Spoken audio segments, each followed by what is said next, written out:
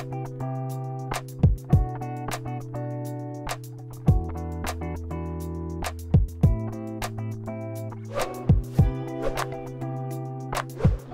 bin Sebastian von Arts Travel und das ist meine linke Hand und das ist Jenny.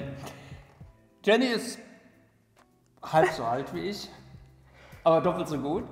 Und weil ich immer noch in meinem hohen Alter auch lernfähig bin, habe ich beschlossen, heute lerne ich was von Jenny. Ich habe das hier heute Morgen durchgearbeitet. Ich halte das mal so ein bisschen in die Kamera. Das ist nicht ein Skizzenbuch, sondern es sind 1, 2, 3, 4, 5, 6, 7 Skizzenbücher. Wir machen heute einen Sketchbook Tour, habe ich gelernt, gibt es auch. Ist beides das Gleiche. Wir machen einen Sketchbook Walk mit Jennys Skizzenbüchern. Wir fangen hier an. Ein Bild aus diesem wunderbaren Skizzenbuch, das ich ausgesucht habe, einfach um dich vorzustellen. Das ist nämlich die Stadt, in der du im Moment lebst, richtig? Genau, das ist Hamburg. Hamburg ist die bisher letzte Station deines jungen Lebens, aber nicht die erste gewesen. Kannst du kurz erzählen, wo du herkommst und was du gemacht hast? Also ich komme ursprünglich aus Göttingen, habe dann in Braunschweig studiert und lange im Rhein-Main-Gebiet gelebt. Jetzt ist sie in Hamburg, also irgendwie, was hat dich dahin gebracht nach Hamburg? Hamburg war schon immer meine liebste Stadt in Deutschland, muss ich sagen. Also Wow. Ich habe da eben Verwandtschaft, meine besten Freunde leben da und ich liebe den Akzent und wenn ich da reinfahre, geht mir einfach das Herz auf. Also ich bin sehr froh, dass ich da jetzt wohne. Gut, also das so zu Jenny. Du von der Ausbildung her, ich nehme das jetzt wieder weg, ist schade, kommt noch mal später, aber hier brauchte ich jetzt wirklich erstmal nur dieses eine Bild. Einfach noch was dazu gesagt. Es ist natürlich schön, klar, aber es ist auch irgendwo klassisch. Das wird gleich noch Thema werden. Klassisch und Jenny, weil Jenny kann klassisch, aber Jenny kann auch was anderes und der rote Faden diese Sketchbook-Tour für mich ist, was Jenny so in den letzten 2, 3 Jahren getan hat und wie sie sich dabei entwickelt hat. Aber vielleicht erzählst du uns, wie man denn Urban Sketcher wird, denn heute bist du ja, oder zumindest einer deiner vielen Tätigkeiten ist Urban Sketcher, aber du warst ja nicht immer Urban Sketcher, sondern du hast ja ganz anständig was studiert. Genau. Genau. Was hast du studiert? Ich habe ganz anständig Produktdesign studiert und da kommt eigentlich auch meine Liebe fürs Zeichnen her. Also ich habe das an der Uni studiert, wo eben Zeichnen noch sehr wichtig war, wo das eben sehr intensiv und klassisch gelehrt wurde. Ja. Und dann habe ich eben angefangen, das nicht nur in Unikursen zu machen, sondern das eben auch mit nach draußen zu nehmen, mit dem Skizzenbuch auf die Straße zu gehen und auch da eben weiter zu lernen durch Zeichnen, durch Beobachtung. Also sie studierte Designerin, nicht irgendwie Grafikdesigner, so wie ich, sondern Produktdesign. Also das heißt, man wächst schon mal dreidimensional auf, nicht nur mit 2 Dimensionen. Trotzdem, wenn ich jetzt das erste Skizzenbuch mal anblättere, was mir aufgefallen ist, also sie kann natürlich zeichnen wie eine junge Göttin, aber sie zeichnet auch relativ klassisch.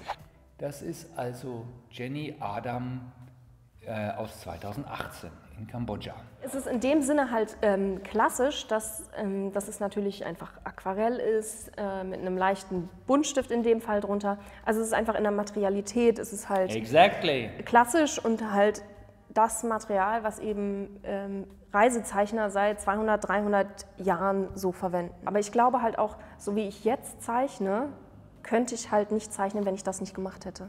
Ja. Und das ist ein wichtiger Punkt. Jetzt fragt ihr euch natürlich alle, wie zeichnet sie denn jetzt? Kommt.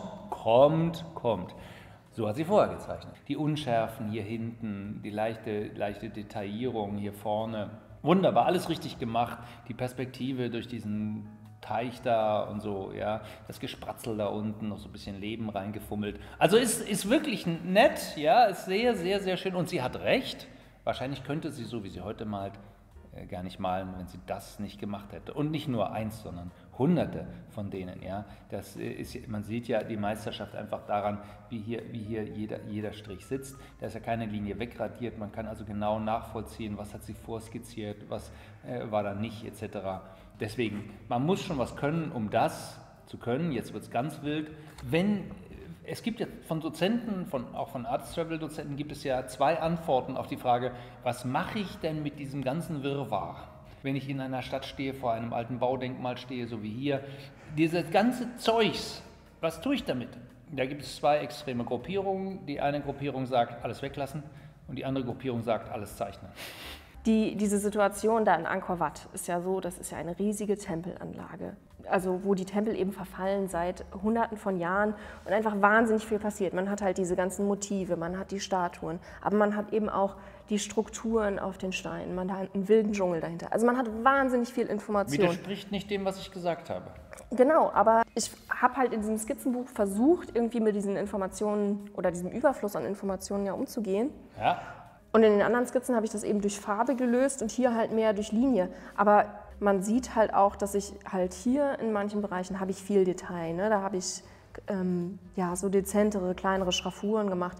Aber trotzdem, hier in den Bereichen sind ja abstrakte Linien, abstrakte Shapes. Also ich hätte ja auch alles durchzeichnen können. Also der Punkt, den du zu machen versuchst, ist, du bist dazwischen. Du bist weder bei der Gruppe, die sagt, alles weglassen, noch bei der Gruppe, die sich hinsetzt und 3 Stunden jedes Detail fummelt, sondern du sagst, das gegeneinander zu stellen, einmal auf die Details konzentrieren, einmal einfach große Flächen wieder freilassen. Ja, das ist ich glaube, ich wäre gerne die Gruppe alles weglassen, aber ich sabotiere mich manchmal selbst. Du bist noch nicht da. Ich bin noch nicht da. Aber du bist natürlich erst 1/3 so alt wie ich, insofern hast du noch eine Weile Zeit, da hinzukommen. Ja, mal schauen.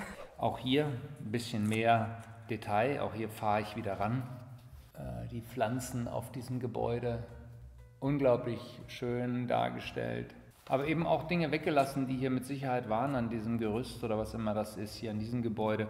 Und dadurch fährt das Auge wahnsinnig schön hier genau dahin, wo es hinfahren soll und entdeckt später auf der Reise Details hier links und rechts.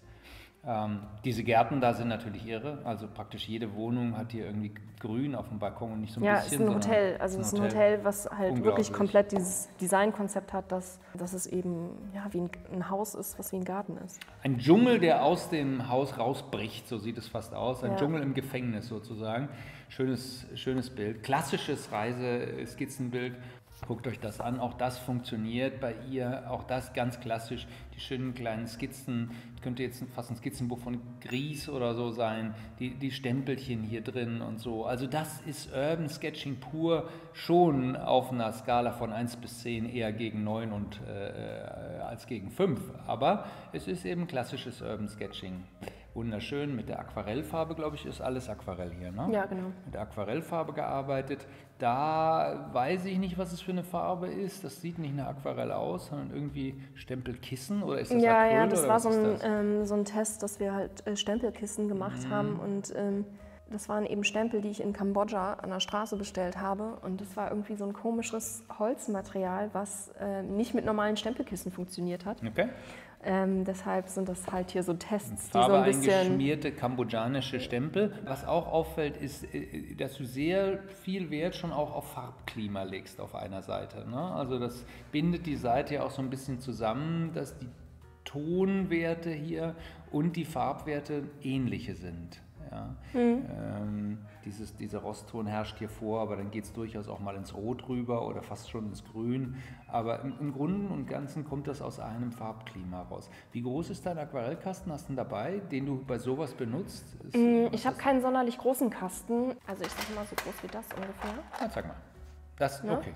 Da sind vielleicht so 10, 12 Farben drin, die ich aber nicht unbedingt alle verwende. Also ich habe Aquarell gelernt mit Hilfe von ein paar Workshops hauptsächlich und einfach, dass ich es mir autodidaktisch beigebracht habe. Der Moment, wo es bei mir Klick gemacht hat beim Aquarell, war, als ich angefangen habe, meine Bilder mit extrem wenig Farben zu malen. Also mit limitierter Palette zu arbeiten und zu gucken, ich mische aus am Anfang vielleicht nur 3 Farbtönen meine Sachen zusammen und dann vielleicht 4 oder 5. Und das ist immer noch die Ecke, aus der ich komme, weil eben diese Reduktion dazu führt, dass man immer ein harmonisches Farbergebnis hat. Ja, ja. Also, und inzwischen kenne ich meinen Kasten gut genug, dass ich so sage, okay, da kann ich so einen Shortcut nehmen, aber dieses Harmoniegefühl, das kommt, denke ich, aus der Limitierung, denke ich. Ja. Also guter Tipp, ja, gerade für die von euch, das ist ein Klassiker-Anfängerfehler und nicht nur Anfänger, sondern auch Leute, die durchaus schon fortgeschritten sind, dass man immer meint, man müsste alle 6 oder 12 oder im schlimmsten Fall noch mehr Farben, die man im Kasten hat, benutzen. Das ist natürlich Quatsch. Man sollte genau umgekehrt rangehen und am Anfang einfach probieren, mit wie wenig Farben komme ich eigentlich aus. Ja. Und wahre Meisterschaft, auch das weist auf die neue Jenny hin, zeigt sich dann, wenn ihr nur noch eine Farbe braucht. Aber jetzt habe ich fast schon zu viel gesagt. Was dich ja hier auch auszeichnet und was das Aquarell natürlich auch schön macht, ist diese unglaubliche Vereinfachung. Kommt die aus der Tatsache, dass du die Pinsel benutzt? Planst du diese Dinge vorher? Also würdest du sagen, so eine Vereinfachung wie auf diesem Boot, wo eigentlich nur durch ein paar Andeutungen Boot entsteht und da liegt kein aufgerolltes Tau rum und was weiß ich, was da alles los war an Deck von diesem Boot. Es ist einfach nur angedeutet. Jetzt ist natürlich die wichtige Frage, ist das einfach nur Übung oder planst du diese Art der Vereinfachung im Kopf vorher? Ich nehme mir vor, halt so wenig wie nötig zu machen. Das heißt nicht, dass es immer klappt. Okay. Also ich weiß, dass in der Situation zum Beispiel habe ich mit einer Freundin eben an der Kehrwiederspitze in Hamburg gezeichnet und ich habe ewig an diesem Ding gesessen und war echt genervt irgendwann davon. Sieht man ihm nicht mehr an, oder? Nee, ich fand es halt quasi, da habe ich irgendwie zu viel gemacht und ich fand es halt so vom Effekt her hat es halt diesen, was ich overworked nenne. Also es ist einfach schwer, merkt man hier in dem Bereich auch. Genau, so, und also war ich relativ unzufrieden mit und dann sind wir eben weitergegangen. Wie lange dauert sowas, einfach Interesse halber? Und da habe ich bestimmt über so eine Stunde dran gesessen, weil es eben auch, ist ein dunkles Boot, man muss eben aufbauen mit der Aquarellfarbe, bis man wirklich so dunkel werden kann. Ja? Und das dauert dann einfach manchmal. Also es ist ein bisschen Planung dabei und es ist natürlich auch der Wunsch von etwas wie hier, was Jenny gerade als overworked bezeichnet hat selbst, nach hier zu kommen und deswegen auch interessant, die beiden nebeneinander zu sehen. Die meisten von uns wären hiermit schon sehr zufrieden. Aber das ist natürlich die wahre Meisterschaft, das sieht man auch an der Transparenz, die es überall behält, selbst an den dunklen Stellen bleibt die Aquarellfarbe Aquarellfarbe und wird nicht zu Gouache oder halbes Acryl oder so, nur um die Schichten vorher zu überdecken. Also das merkt man schon, dass hier natürlich eine Entwicklung eingetreten ist. Keine so extreme Entwicklung, aber wie von dem klassischen Urban Sketcher und ich schließe dieses erste Buch bewusst auch nochmal mit dieser Seite, weil auch diese Seite, die meisten können unglaublich viel von dieser Seite lernen. Also diese Doppelseite ist tatsächlich in einem Workshop entstanden, den ich mit organisiert habe und wo ich da teilgenommen habe, von Sebastian Koch, der auch ein sehr guter Urban Sketcher ist. Da bin ich halt tatsächlich auch dann dazu übergegangen, natürlich bleibt nicht immer praktisch jemand genau an der Stelle stehen, wo man ihn haben will. Ne? Und dadurch entstehen halt so Transparenzen. Also diese Figur ist halt so halb durchsichtig und hier ist eben die Figur auch nicht ganz ausgearbeitet, weil das eben so in der Situation auch so war, weil ich nicht so schnell zeichnen kann. Klassischer belebter Platz, wir alle kennen das Thema. Wie gehst du mit Menschen um, die du jetzt da zeichnest, die vielleicht zu dir kommen, die dich vielleicht fragen? Ist das ein notwendiges Übel? Freust du dich da drauf, weil es zu deiner Arbeit gehört, den Kerl da auch kennenzulernen, der dich da so misstrauisch anguckt? Oder also wie fühlst du dich dabei, wenn du da vielleicht alleine oder zu zweit nur bist auf so einem Platz? Fühlst du dich von Anfang an wohl oder als Fremdkörper? Wie siehst du das? Also ich glaube, die Leute erwarten immer viel mehr, dass wenn man in der Stadt zeichnet, dass alle das merken und alle gucken wollen oder eine schief angucken und so. Das ist aber gar nicht so. Also nur weil man jemanden zeichnet, heißt es noch lange, dass die Person auf einen zukommt und mit dir reden will. Also man hat schon Begegnungen, aber nicht so viel, wie man denkt. Ich finde, das hängt auch ganz viel von Kulturkreisen ab. Ich habe das Gefühl, in Deutschland passiert es seltener und in anderen Ländern kommen die Leute viel mehr auf einen zu teilweise.